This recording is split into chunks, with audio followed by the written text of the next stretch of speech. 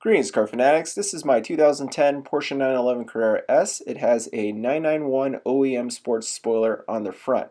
Overall, I like the look of my car, but I've always wanted the Aero kit bumper that's off the 911 997 GTS. So the Aero kit bumper is nice and subtle. It is a little bit more aggressive and it has this nice black subtle lip on it.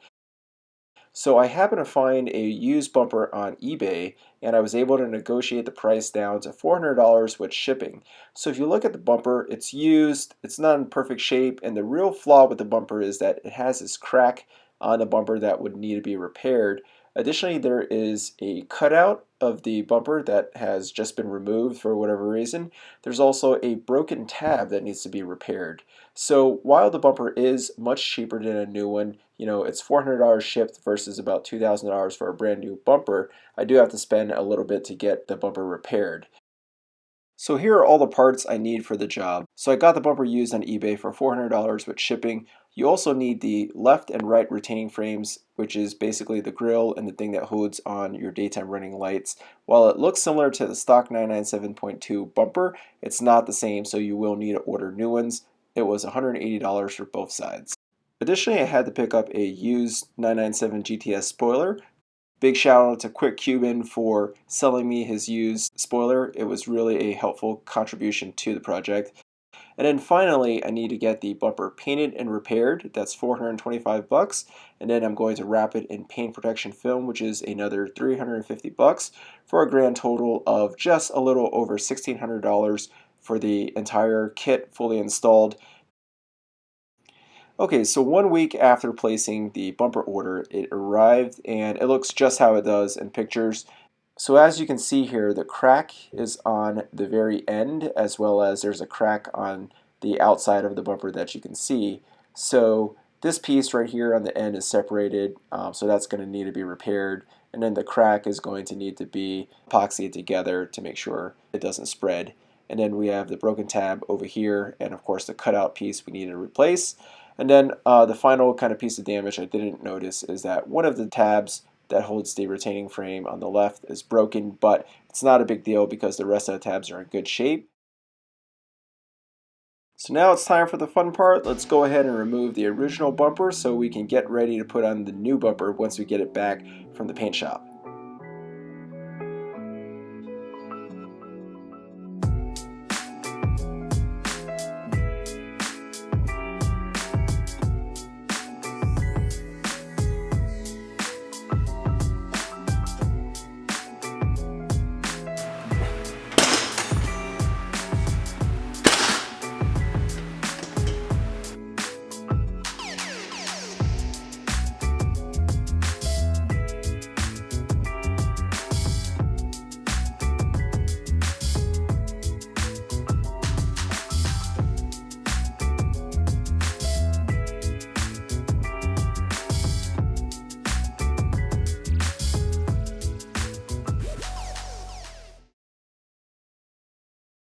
Okay, now that we have the original bumper off, I'm actually going to make a trace of the bottom portion of the bumper because remember, I have to replace the cutout portion of the bumper that is missing. So what I'm going to do is use some high density polyethylene plastic here. I'm just going to place it under the original bumper.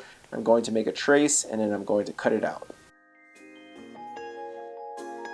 Alright, now it's time for the fun part. I just got my bumper back from the paint shop and it looks amazing. Let's go ahead and transfer all the old parts from the original bumper over to the new bumper and get everything installed.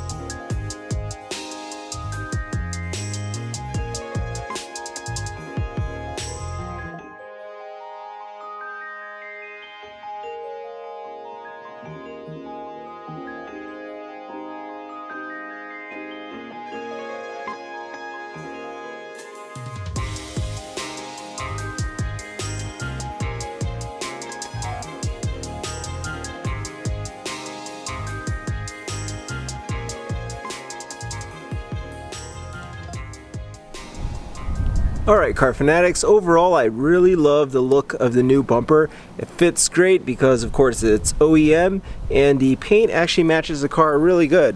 Let's go ahead and take a close look at it. So I think the one thing I do notice about the paint is that it does have a little bit more sparkle than the rest of the paint, but otherwise the color is almost a perfect match.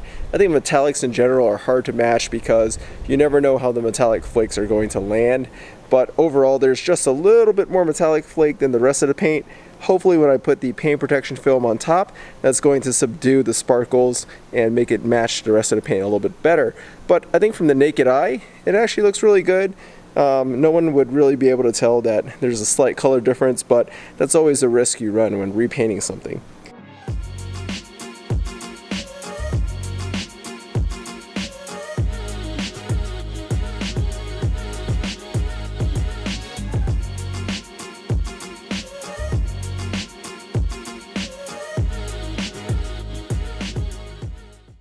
Alright, car fanatics, thanks for watching. I hope you enjoyed this video. If you're interested in doing this conversion on your car, take a look at my description below where I have links to the parts you'll need along with the part numbers.